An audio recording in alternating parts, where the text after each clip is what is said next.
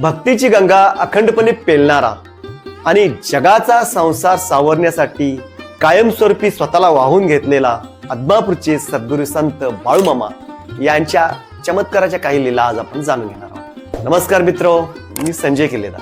नित्य नेमाने मामा शिवारामध्ये आपल्या बकऱ्यांना घेऊन बकरी चारत होते. दररोज मामांच्या समेत त्यांचे भक्तगण, त्यांची घरची मंडळी कायम असायचे. परंतु आज मामांच्या समेत कोणीही नव्हते. एकटे मामाच बकरी चारत होते. तर याच संधीचा फायदा घेऊन 4 दरोडेखोरांनी एक जबरदस्त प्लॅन आखला. त्याने आज मामा एकटा आहे आणि आज मामाला पण ठार मारायचं आणि मामांची सगळी बकरी आपल्या मालकीची होणार आणि ह्या मालकीची बकरी झाल्यानंतर आपल्या सगळ्या स्वप्नांची परिपूर्ती होणार असा त्याने एक खतरनाक प्लॅन आखलेला असतो. आणि या उद्देशानं ती डोंगराकडे वाटचाल करू लागतात. मामा त्यावेळी डोंगराच्या पायथ्याशी बकऱ्यांना सोडून शांतपणे बसलेला असतात. अशा प्रसंगी ते चोर भला मोठा एक दगड डोंगरावरून खाली सोडतात, जेणेकरून तो दगड मामांनाच लागावा अशा पद्धतीने त्याने प्लॅन आखलेला असतो. मामा ज्यावेळी तिथं बसतात त्यावेळी त्यांनी तो भला मोठा दगड त्यांनी सोडला. सोडल्यानंतर तो दगड इतका मोठा असतो की आपल्या अंगाला जरी घासून गेला तर अक्षरशः माणूस गंभीर जखमी होण्याची शक्यता नाकारता येत नव्हती, इतका तो मोठा दगड असतो. तर हा दगड सोडल्यानंतर मामांना हे अंतर्ज्ञानानं समजतं. मामा आकाशाकडे बघतात आणि हसतात. त्यावेळी तो दगड मामांच्या जवळपास आल्यानंतर त्या दगडाचे 2 भाग होतात, एक मामांच्या डाव्या बाजूला तर एक मामांच्या उजव्या बाजूला. अशा पद्धतीने 2 भाग दोन्हीकडे होतात. हे ते चोर दरोडेखोर पाहतात आणि त्यांना एवढा त्याचा धक्का बसला तर हे चोर 4 दिशेला 4 पळून जातात. तर अशा पद्धतीनं मामांच्यावर आलेला प्रसंग मामाने अगदी सहजरित्या हाणून पडला.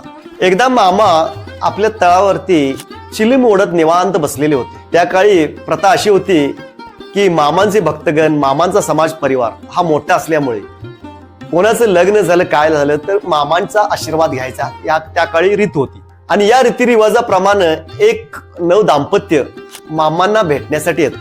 मामा त्यांना विचारतात, अरे लग्न कसं झालं? तर ते सांगतात, मामा अतिशय सुंदर पद्धतीनं लग्न झालं आणि तुमचा आशीर्वाद घेण्यासाठी आज आम्ही इथं आलेलो आहोत. मामा त्यांना भंडारा लावतात, चांगला सुखानं संसार करा असा सल्ला देतात आणि आलासा तर तळावरील त्या कन्याचा प्रसाद खावा असं म्हणून मामा आपल्या भक्तांना कन्याचा प्रसाद देतात. तर त्यावेळी नववधू मामांचा कन्याचा प्रसाद नको म्हणते. मामा मला कन्या आवडत नाहीत आणि मला कन्या नको. तर त्यावेळी मामा हसतात आणि आकाशाकडे बघतात आणि म्हणतात, अगं तुला कन्या आवडत नाहीत ना, पण मी तुला कन्याच देणार. अशा पद्धतीने ते दाम्पत्य मामाचा आशीर्वाद घेऊन घरी जातं. आणि कालांतरानं मित्र हो त्या दाम्पत्याला 4 कन्यारत्न होतात.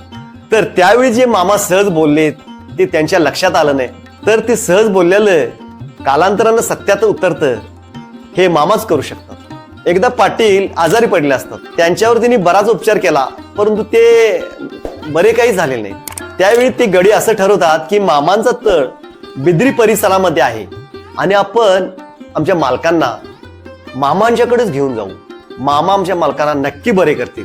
आणि हे सगळं बोलणं पाटील ऐकतात आणि पाटील ऐकतात आणि आपल्या कॉटवरून ताड करणं उठतात आणि बोलतात, अरे त्यो बाळू धनगर, अरे तो काय देवरेशिव त्यो काय त्याला येतंय स्वतःच्या पोटासाठी आणि बकऱ्यांना चारा मिळना म्हणून तो सगळ्या भागातनं टुळुळा फिरतोय, त्याचं स्वतःचं पोट भरणा आणि तो माझा आजार काय बरा करणार असं बोलतो. परंतु ते गडी माणसं म्हणतात, पाटील असं बोलू नका, मामा देवावतारी आहेत, संत आहेत, त्यांच्याकडे गेल्यानंतर नक्कीच तुम्हाला बरं वाटेल. शेवटी नाईलाज असतो. पाटील म्हणते, ठीक आहे तुम्ही म्हणताय ना तर आपण चला जाऊ. इकडे पाटील आणि त्यांचे 2 गडी असं बाळूमामांना भेटायला त्यांच्या तळावरती येतात. परंतु मामाने अंतर्ज्ञानातून जाणलेलं होतं. पाटील आल्यानंतर मामा भडकतात आणि त्याला बोलतात, काय रे पाटला, अरे बाळू धनगराचं काय पोट भरणा, त्याच्या बकऱ्यांना चारा मिळना म्हणून बाळू धनगर ह्या गावावरून त्या गावाला टुळुळा फिरतोय, खरंय ना? हे आपण बोललेलं बोलणं प्रत्यक्ष मामाच्या तोंडून ऐकताच पाटील मनातल्या मनात चराकला. त्याला आश्चर्याचा धक्का बसला की जे मी कॉटवर बोललेलो होतो हेच कॉटवरलं बोलणं प्रत्यक्ष मामाच्या तोंडून ऐकलं त्यानं आणि अक्षरशः मामांचं त्यानं पाय धरलं. मामा, तुम्हाला मी वेडवाकडं बोललो, मला क्षमा करा मामा, मला काहीच माहित नव्हतं. तुम्ही देव अवतारी ऐसा हे मला घडी वेळोवेळी सांगत होती, परंतु मी त्याच्याकडे पूर्ण दुर्लक्ष केलं आणि तुम्हाला वेडवाकडे काहीतरी बोललो. मामा, मला क्षमा करा.